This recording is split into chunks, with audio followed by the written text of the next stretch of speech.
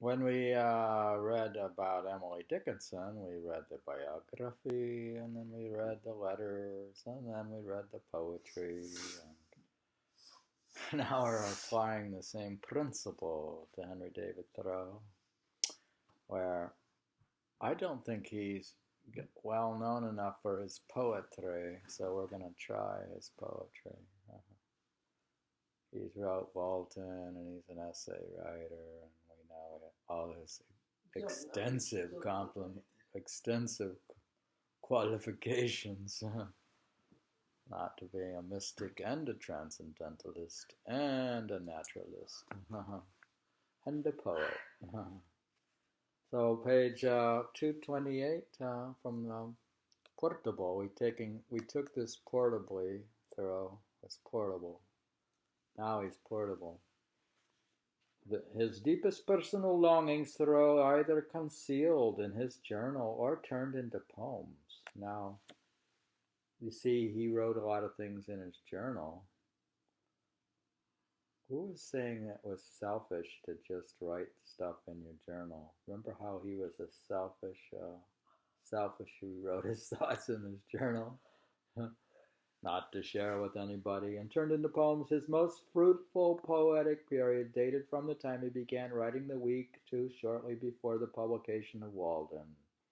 His poems are significant utterances, both because of their intrinsic merit and because of his high conception of the role of poet. True, some of the later verses are hasty and prosaic, while some of the earlier ones imitate Herbert. There's nothing wrong with imitating Herbert, is there? And other metaphysicals. There's nothing wrong with the metaphysicals. We like the metaphysicals. In fact, we read the untuning of the sky, where we tuned ourselves up to the metaphysical poets, but in between lie a considerable number which contain the essence of Thoreau's transcendentalism, sensitive, natural, and independent. Poem. This is called I Am a Parcel of Vain Strivings Tied. I am a parcel of vain strivings tied, by a chance bond together, dangling this way and that, their links were made so loose and wide, methinks for milder weather. A bunch of violets without the roots and sorrel intermixed, encircled by a wisp of straw, once coiled about their shoots the law by which I'm fixed. A nosegay which time clutched from out those fair Elysian fields with weeds and broken stems, in haste, doth make the rabble rout that waste the day he yields. And here I bloom for a short hour unseen, drinking my juices up, with no root in the land to keep my branches green, but stand in a bare cup. Some tender buds were left upon my stem in mimicry of life, but oh, the children will not know, till time has withered them, the woe with which there they are rife.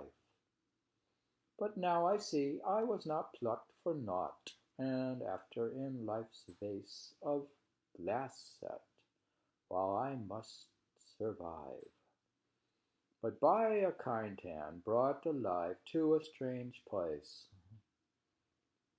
That stock thus thinned will soon redeem its hours, and by another year, such as God knows, with freer air, more fruits and fairer flowers will bear, while I droop here.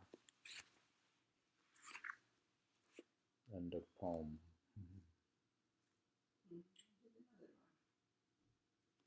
I think they're good poems. That one was good. In the busy streets, domains of trade. Remember how he just hung out walking around Main Street? He just likes to hang out In the busy streets, domains of trade, man is a surly porter, or a vain and hectoring bully, who can claim no nearer kindredship with me than brotherhood by law. End of poem. That's a haiku poem. In the busy streets, domains of trade. In the busy streets, domains of trade. Man is a surly porter, or a vain and hectoring bully, who can claim no nearer kinship with me than brotherhood by law. Do you have a comment? You're in charge of analysis. I'm just a simple scribe and a reader. I'm not an analyst here. In the busy streets, domains of trade, man is a surly porter, or a vain and hectoring bully, who can claim no nearer kindredship with me than brotherhood by law. Enough times here. It's not that hard to understand. I knew a man by sight. I knew a man by sight, a blameless right, who for a year or more had daily passed my door, yet converse none had had with him. I met him in a lane, him and his cane, about 3 miles from home, where I had chanced to roam, and volume stared at him and he at me. In a more distant place I glimpsed his face and bowed instinctively. Starting, he bowed to me, bowed simultaneously, and passed along. Next, in a foreign land, I grasped his hand and had a social chat about this and that, as I had known him well 1,000 years. Late in a wilderness, I shared his mess, for he had hardships seen, and I a wanderer been. He was my bosom friend, and I was his, and as methinks shall all, both great and small, that ever lived on earth, early or late, their birth, stranger and foe, one day each other know. That reminds me of the people in the park when I jog around the park and I see the same faces jogging in the other direction. Repeatedly meet the joggers. And after many times jogging, I might talk to them. You want that again, or that's once is enough? You can replay the tape in a loop. Lately, alas, I knew a gentle boy.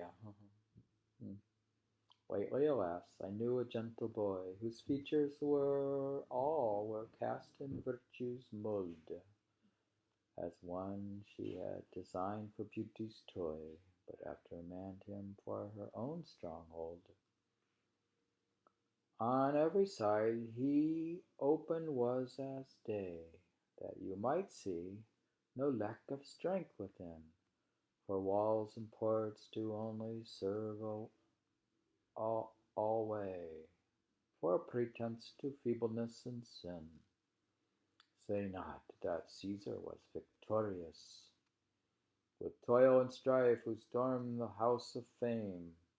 In other sense this youth was glorious, himself a kingdom, wheresoever he came.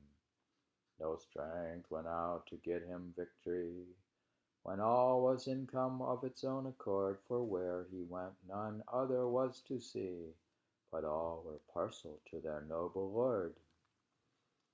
He forayed like the subtile haze of summer, that stilly shows fresh landscapes to our eyes, and revolutions, works without a murmur or rustling of a leaf beneath the skies.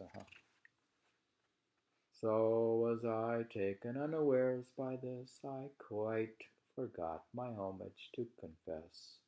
Yet now am forced to know Though hard it is, I might have loved him had I loved him less.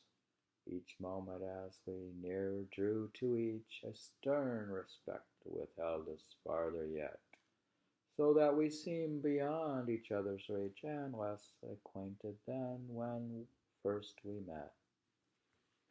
We two were one while we did sympathize, so could we not the simplest bargain drive?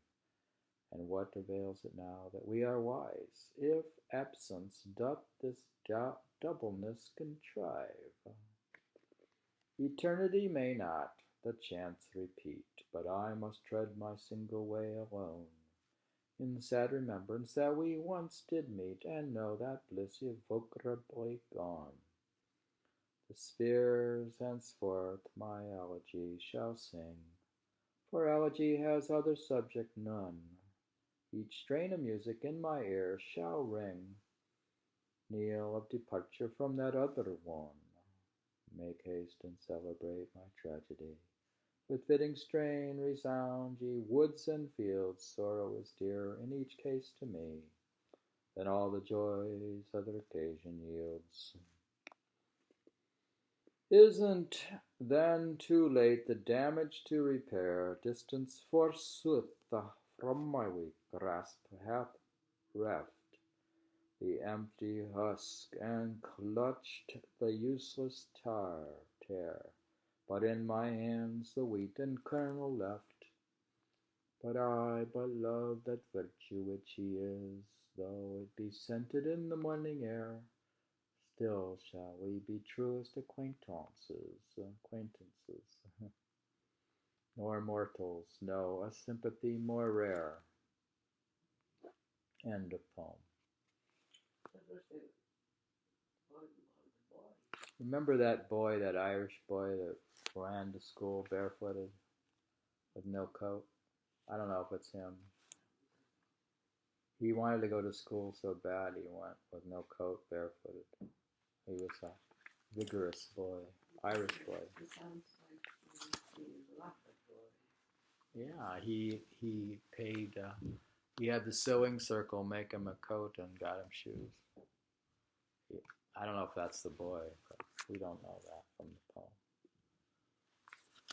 But we know that from the book, the biography, that there was a boy, but there's many boys in the village. You think he was in love? He's in love with all of cosmos and nature, the bugs and all the people and all the trees and all the fish. Thoreau loved everybody, including all the bugs and mice and mooses and what do you think, dear? He helped raise the Emerson's children, and he had a close relationship with them. He had his own family, his sister. He had a lot of friends. He was not a hermit in the woods all by himself at all. He was some sociable man who sometimes went into meditation in Walden Pond. We read the poetry of Henry David Thoreau as a companion read to go with the biography and Walden.